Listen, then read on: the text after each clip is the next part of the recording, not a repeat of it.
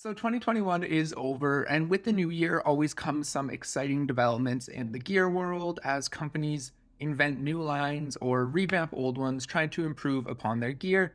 Now, obviously, it's too early to have gotten my hands on or tested anything that will be coming out in 2022, but there are three pieces of gear that I used all throughout 2021 that I think every rock climber should have, and we're going to be going over them right now.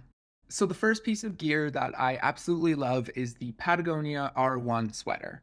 Now the Patagonia R1 is one of those pieces that Patty came out with in like the 90s and the early 2000s, and it was such a success that you now see every other gear manufacturer kind of not copying, but imitating this design of a mid-layer sweater with the grid insulation that's breathable but also warm. The R1 is kind of more targeted, I think, at winter and alpine activities, but I've had it for a couple of years now. The design's been mostly unchanged, and I find myself using it more for rock climbing.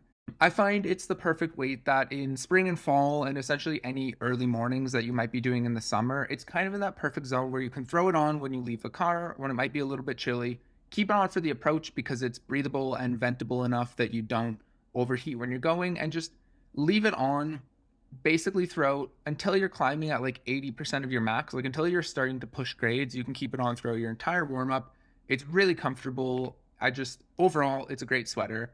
I would recommend it for everyone. Additionally, the sweater's a lot more versatile than I would have thought when I first bought it. So it's a lot more packable than I think people give it credit for. It's not designed to pack up in its chest pocket, but I found you can stuff it in and kind of zip it closed in a pinch. That's what I do on multi pitches. If I ever have to take it off, you just stuff it in and pull the zipper shut and it works.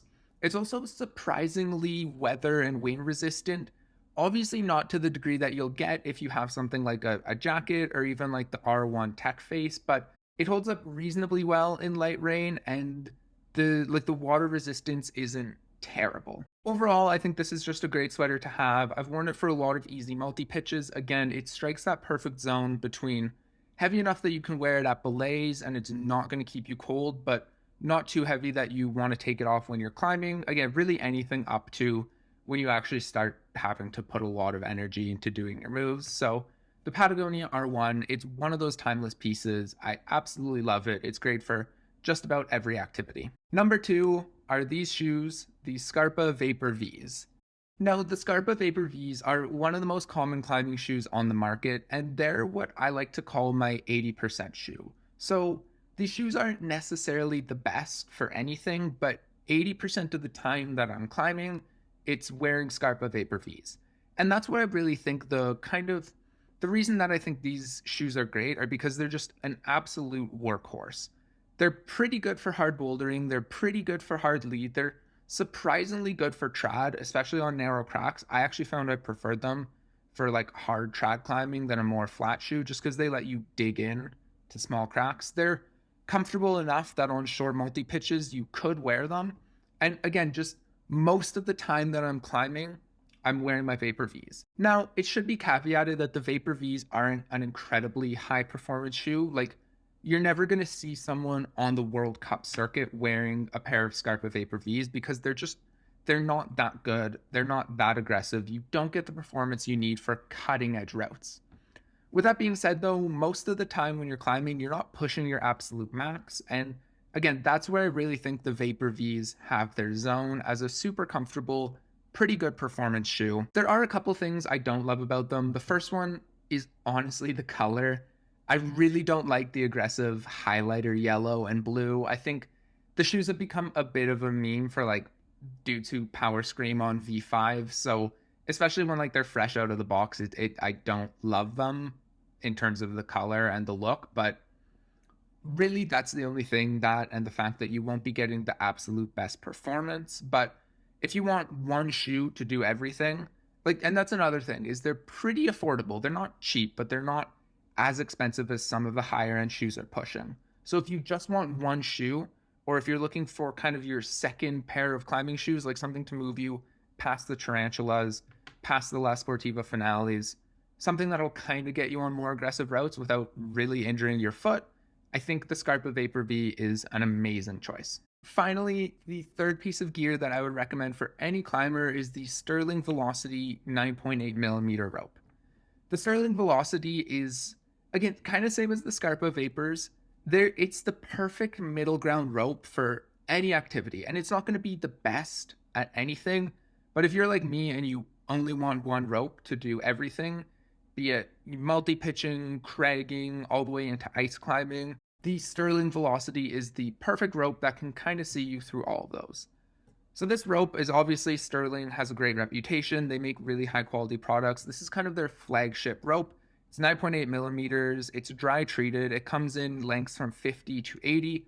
I personally have the 70 meter, which I feel like is the best. And overall, this rope is just an absolute workhorse. I bought it at the beginning of last season, didn't climb that much just because of COVID, but this season I probably put anywhere between 150 to 200 pitches of climbing on it, and it's hasn't shown any sign of wear and tear. It's done great, again, in a variety of different environments.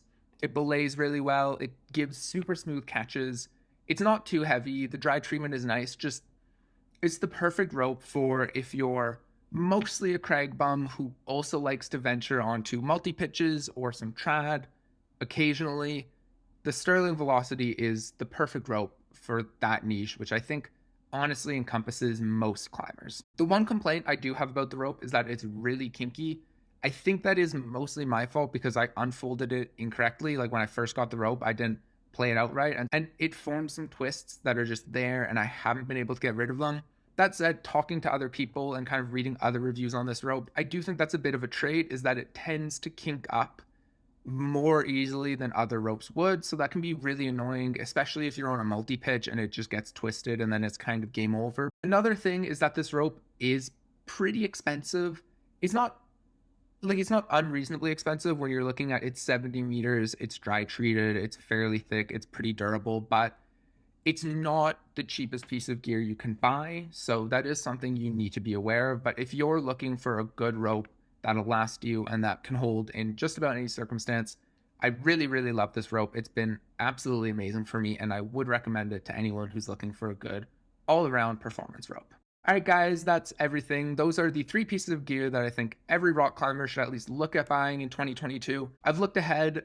I've looked at as many catalogs as I can, and I think these pieces of gear are going to remain almost the same heading into 2022. And like I said, I've used all this stuff a lot this season. I absolutely swear by it. If you want to purchase any of the stuff that I've mentioned in this video and support the channel a bit, I will have affiliate links in the description below, so feel free to use those, or don't. The video's up anyways. Thank you so much for watching, and I will see you guys next time.